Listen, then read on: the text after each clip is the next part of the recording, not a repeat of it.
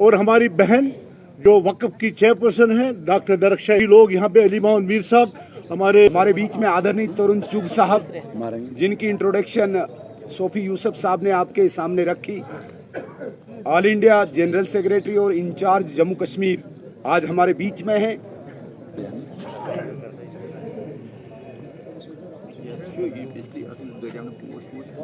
कदर की आप सबको हार्दिक शुभकामनाएं। ये बड़ा पवित्र महीना है।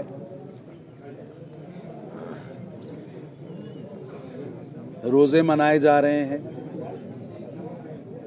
कई जगह पर परसों से नवरात्रे शुरू हो जाएंगे। जम्मू कश्मीर की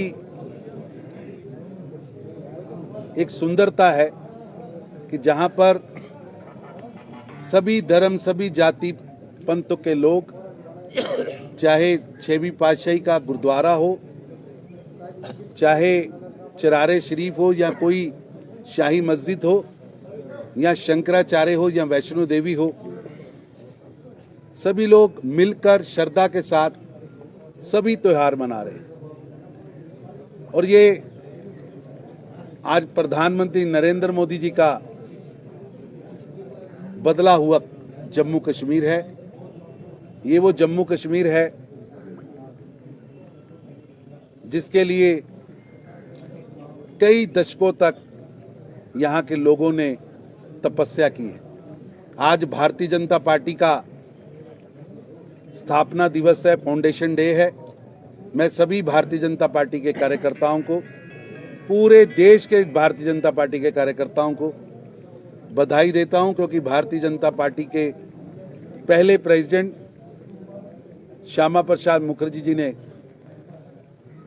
जम्मू कश्मीर के नागरिकों को ज्यादा अधिकार मिले, इन्हें 370 और 35 की दास्ता से मुक्ति मिले, उसके लिए इस धरती पर बलिदान दिया था। ये धरती हमारे लिए बहुत पवित्र और प्रेरणा देने वाली धरती है। मैं भारतीय जनता पार्टी के असंख्य कार्यकर्ता, जिन्होंने बिना किसी लाग लपट, लालच, पद की इच्छा रखे बिना दशकों भारतीय जनता पार्टी का काम किया, वो दृश्य अदृश्य कार्यकर्ता जो कभी दिखे भी नहीं, लेकिन लगातार हिंदुस्तान जिंदाबाद के नारे, ये धरती हमारी है और कश्मीर का जो हिस्सा पाकिस्तान ने कब्जा किया हुआ है जबरन, उसको भी आजाद कराना है, ये सोच लेकर लगातार काम करते आ रहे हैं। और मैं, जिन्होंने यहाँ पर भाईचारे के लिए, यहाँ के शांति के लिए, यहाँ के विकास के लिए, पाकिस्तान और चीन का एजेंडा यहाँ फेल हो, उसके लिए लगातार काम किया। उनमें से कई हमारे में से साथी आज नहीं है, शहीद हो गए, चाहे वो टीकालाल टिपलू से लेकर युवा मोर्चा के एक छोटे से कार्यकर्ता तक, वसीम बारी तक, एक लंबी श्रृंखला है। मैं सबसे पहले उन्हें प्रणाम करके, को भारतीय जनता पार्टी का इतिहास बलिदानों का, शौर्य का रहा है। वो श्यामा प्रसाद मुखर्जी के बलिदान से लेकर, टीकालाल टिपलू के बलिदान से लेकर, बारी के बलिदान तक, उन सबको मैं प्रणाम करता हूं। और उन्होंने जम्मू कश्मीर की शांति के लिए, जम्मू कश्मीर के विकास के लिए, जम्मू कश्मीर के विश्वास के लिए जो काम किया है, भारतीय जनता पार्टी का आने वाला हर एक कार्यकर्ता, आने वाली पीढ़ियां उनको याद करके आगे बढ़ेंगी। भारतीय जनता पार्टी का आज फाउंडेशन डे है। आज दुनिया की सबसे बड़ी पार्टी और दुनिया के अंदर सबसे विश्वस्त पार्टी, और जिसके बाद दुनिया का सबसे बड़ा नेता है, वो पार्टी आज भारतीय जनता पार्टी बनी है। आज सबसे ज्यादा सदस्य भारतीय जनता पार्टी के हैं। शायद कई देशों की आबादी से ज़्यादा भारतीय जनता पार्टी के सदस्य हैं। भारतीय जनता पार्टी के पास सबसे ज़्यादा एमपी हैं। भारतीय जनता पार्टी के पास दुनिया का सबसे बड़ा नेता नरेंद्र मोदी है। आज दुनिया के अंदर सबसे ज़्यादा एमएलएस किसी पॉलिटिकल पार्टी के हैं तो भारतीय जनता पार्टी के हैं। जिला परिषद के सदस्य, चेयरमैन, मेयर अगर सबसे ज़्यादा किसी के पास हैं तो भारतीय जनता पार्टी के हैं। और भारतीय जनता पार्टी का एक कार्यकर्ता होने के नाते मुझे गर्व है कि हमारी 10 साल की नरेंद्र मोदी जी की सरकार ने सबका साथ, सबका विकास और सबका विश्वास करके दिखाया है। आज 80 करोड़ भारत के नागरिकों के घर पर भोजन पहुंच रहा है, अनाज पहुंच रहा है, बिना किसी जात धर्म देखे। लगभग 10 करोड़ परिवारों पर हमने रसोई गैस पहुंचाया है, शौचालय पहुंचाया है, पीने का पानी का टैप 14 करोड़ घरों पे पहुंचाया है, 4 करोड़ गरीबों को घर दिए हैं। एक नया रेवोल्यूशन लेके आए हैं। और प्रधानमंत्री मोदी जी कश्मीर से लेकर कन्याकुमारी तक अपने नागरिकों की सुरक्षा के लिए, कच्छ से लेकर गुवाहाटी तक अपने नागरिकों की सुरक्षा के लिए वचनबद्ध हैं। और वो हमारी कमिटमेंट है कि जो छेड़ेगा हम उसे छोड़ेंगे नहीं, चाहे अंदर जाकर घुसकर मारना भी पड़े, आतंकवाद पर समझौता नहीं होगा। अब जम्मू कश्मीर के नागरिकों की सुरक्षा, आतंकवादियों से सुरक्षा और सुरक्षा की गारंटी नरेंद्र मोदी जी है। आज ये 3 परिवार जिन्होंने जम्मू कश्मीर को दहकते हुए शोलों पर फेंक दिया, अब्दुल्ला परिवार, मुफ्ती परिवार और गांधी नेहरू परिवार, जिन्होंने केवल व केवल लड़ाने की राजनीति की, राजनीतिक रोटियां सेकने की राजनीति की, लाशों पर केवल व केवल पॉलिटिक्स की। मैं उनसे कहना चाहता हूं कि अब जम्मू कश्मीर की जनता उन्हें नकार चुकी है, नकार चुकी है। आपने बांध के रखा था यहां के एससी भाइयों को, एसटी भाइयों को, जम्मू कश्मीर की बेटियों को बांध के रखा था, जंजीरों से बांध के रखा था। हमने उससे मुक्ति दिलाई है।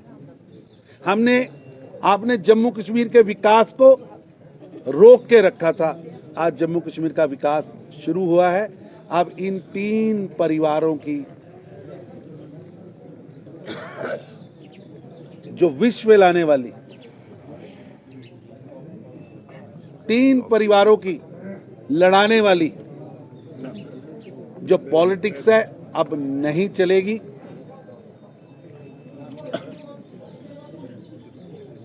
कोई चाइना का, कोई पाकिस्तान का, कोई इटली का तराना गा रहा है। अब देश इन तरानों को सुनने को तैयार नहीं है। अब देश का एजेंडा आगे बढ़ने का है, विकासशील नहीं, अब विकसित भारत का संकल्प लेकर देश आगे बढ़ा है। आज भारत विश्व की 5वीं अर्थव्यवस्था बना है, जो कि 11वें 12वें नंबर पर था। प्रधानमंत्री मोदी जी की दूरगामी सोच और योग्य नीतियों के कारण डुलमिल हुई अर्थव्यवस्था को, चरमराती अर्थव्यवस्था को आज हम 5वें नंबर पर लेके आए हैं। इसे 3रे नंबर पर ले जाने का संकल्प मोदी जी ने अपनी 3री पारी के लिए रखा है। हर क्षेत्र में हमें आगे बढ़ना है। अब विकासशील नहीं, विकसित भारत बनना है। आज पर्यावरण में भारत नेता है विश्व का, आज शांति में भारत विश्व का नेता है, आंतरिक और बाहरी सुरक्षा में हम आज दुनिया में एक गारंटी वाला राष्ट्र बने हैं। चाहे अपने देश के अंदर नागरिकों की सुरक्षा की बात हो और चाहे विदेश से अपने नागरिकों को रेस्क्यू करने की बात हो, वो सूडान हो, चाहे वो सऊदी का कोई देश हो, तो चाहे यूक्रेन रूस का युद्ध हो, हमने अपने नागरिकों की सुरक्षा की है। इसलिए ये 3 परिवार जो लगातार जम्मू कश्मीर को पीछे फेंकना चाहते थे, अब इनकी दाल गलने वाली नहीं है। और मैं कांग्रेस के नेताओं से भी आपके माध्यम से पूछना चाहता हूं कि वो बताएं जम्मू कश्मीर और भारत की जनता को कि 370 पर उनका स्टैंड क्या है, 35A पर स्टैंड क्या है। वो अगर एनसी के साथ, पीडीपी के साथ कोई गठबंधन में है तो वो बताएं कि 90 के दशक को दहकते शोलों पर जिन्होंने फेंका था और जिसमें वो भी लिप्त थे, उनका स्टैंड क्या है, जनता जानना चाहती है। कल कांग्रेस ने मैनिफेस्टो लागू किया है, अपना जारी किया है। कांग्रेस का मैनिफेस्टो केवल व केवल एक धोखा है, एक भ्रम है। उस मैनिफेस्टो के अंदर मेरे को तो वहां फोटोएं देख के लगा कि विदेश की फोटोएं, पता नहीं डिजाइन बाहर से हुआ है, छपा बाहर से है, या लिखा बाहर में गया है।